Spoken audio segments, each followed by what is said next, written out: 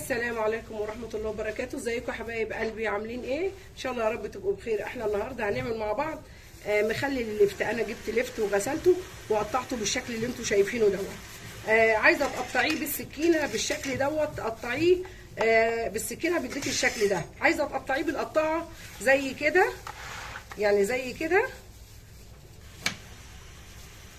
قطعيه يبقى بالشكل دوت لو انت عايزه تقطعيه بالقطاعه. لكن احنا بنحب الشكل ده، اتعودنا عليه، وامي ربنا يديها الصحه كانت بتخلله كده، وجدتي الله يرحمها بتخلله كده، فاحنا متعودين على الشكل ده فبنحب اللفت بالطريقه دي. فاحنا معانا اللفت كده بعد ما جبناه وغسلناه، تنضفيه حلو، بتغسليه حلو كذا مره عشان التراب اللي بيبقى في داخل في العروق دي. العروق دي لما بتتخلل بيبقى شكلها طعمها جميل جدا. هعمل ايه؟ انا هعبي اللي معايا بطرمان غسلاه ونضيف اهو. معايا البطرمان اهو، وادي البطرمان بتاعنا. هعبي فيه اللفت.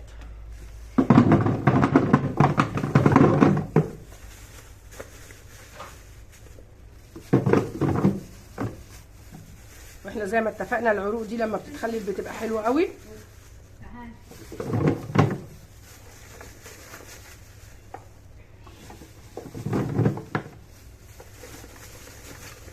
انا هعبي اللفت دوت في البطرمان وهنرجع مع بعض تاني.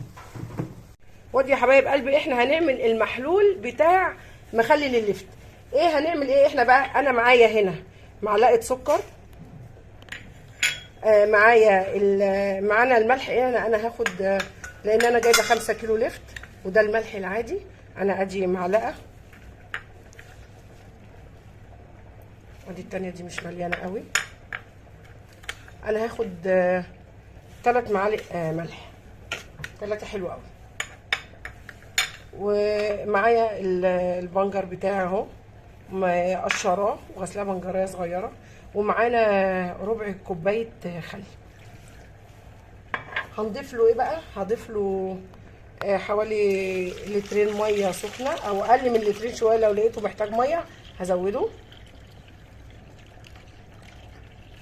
كده كفايه. الميه دي سخنه.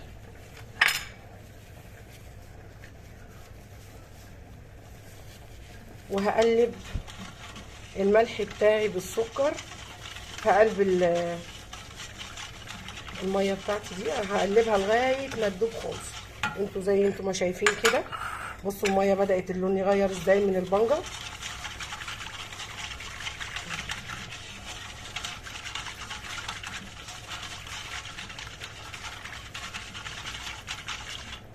هقلب كويس.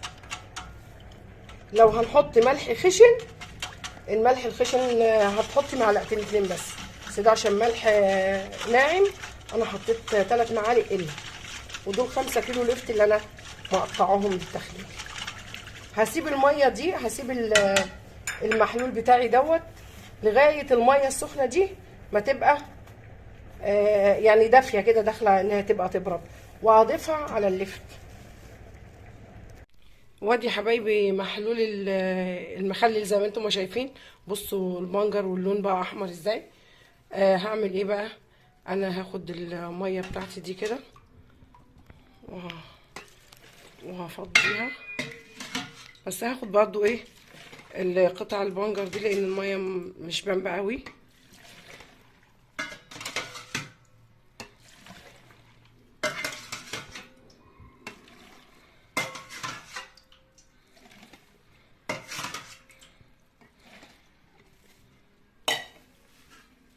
بسم الله.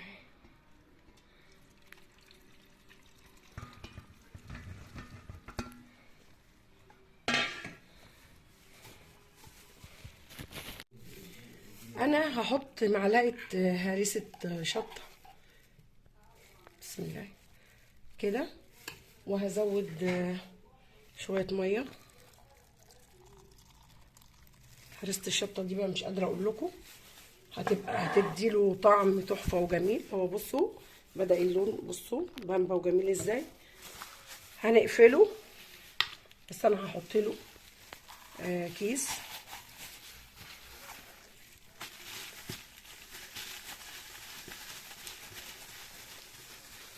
هقفل البطرمان بتاعي حلو.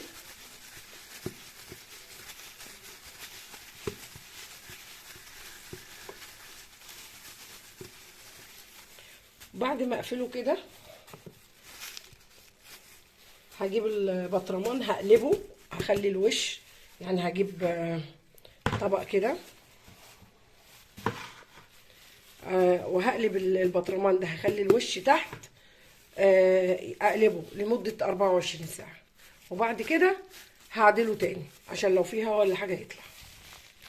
كده هشيله كده وهعدله بعد 24 ساعة، ويبقى كده احنا عملنا مخلل اللفت الجميل اللي بتكاته وحركاته بقى. واوعى ننسى السكر والخل ومعلقة السكر اساسي.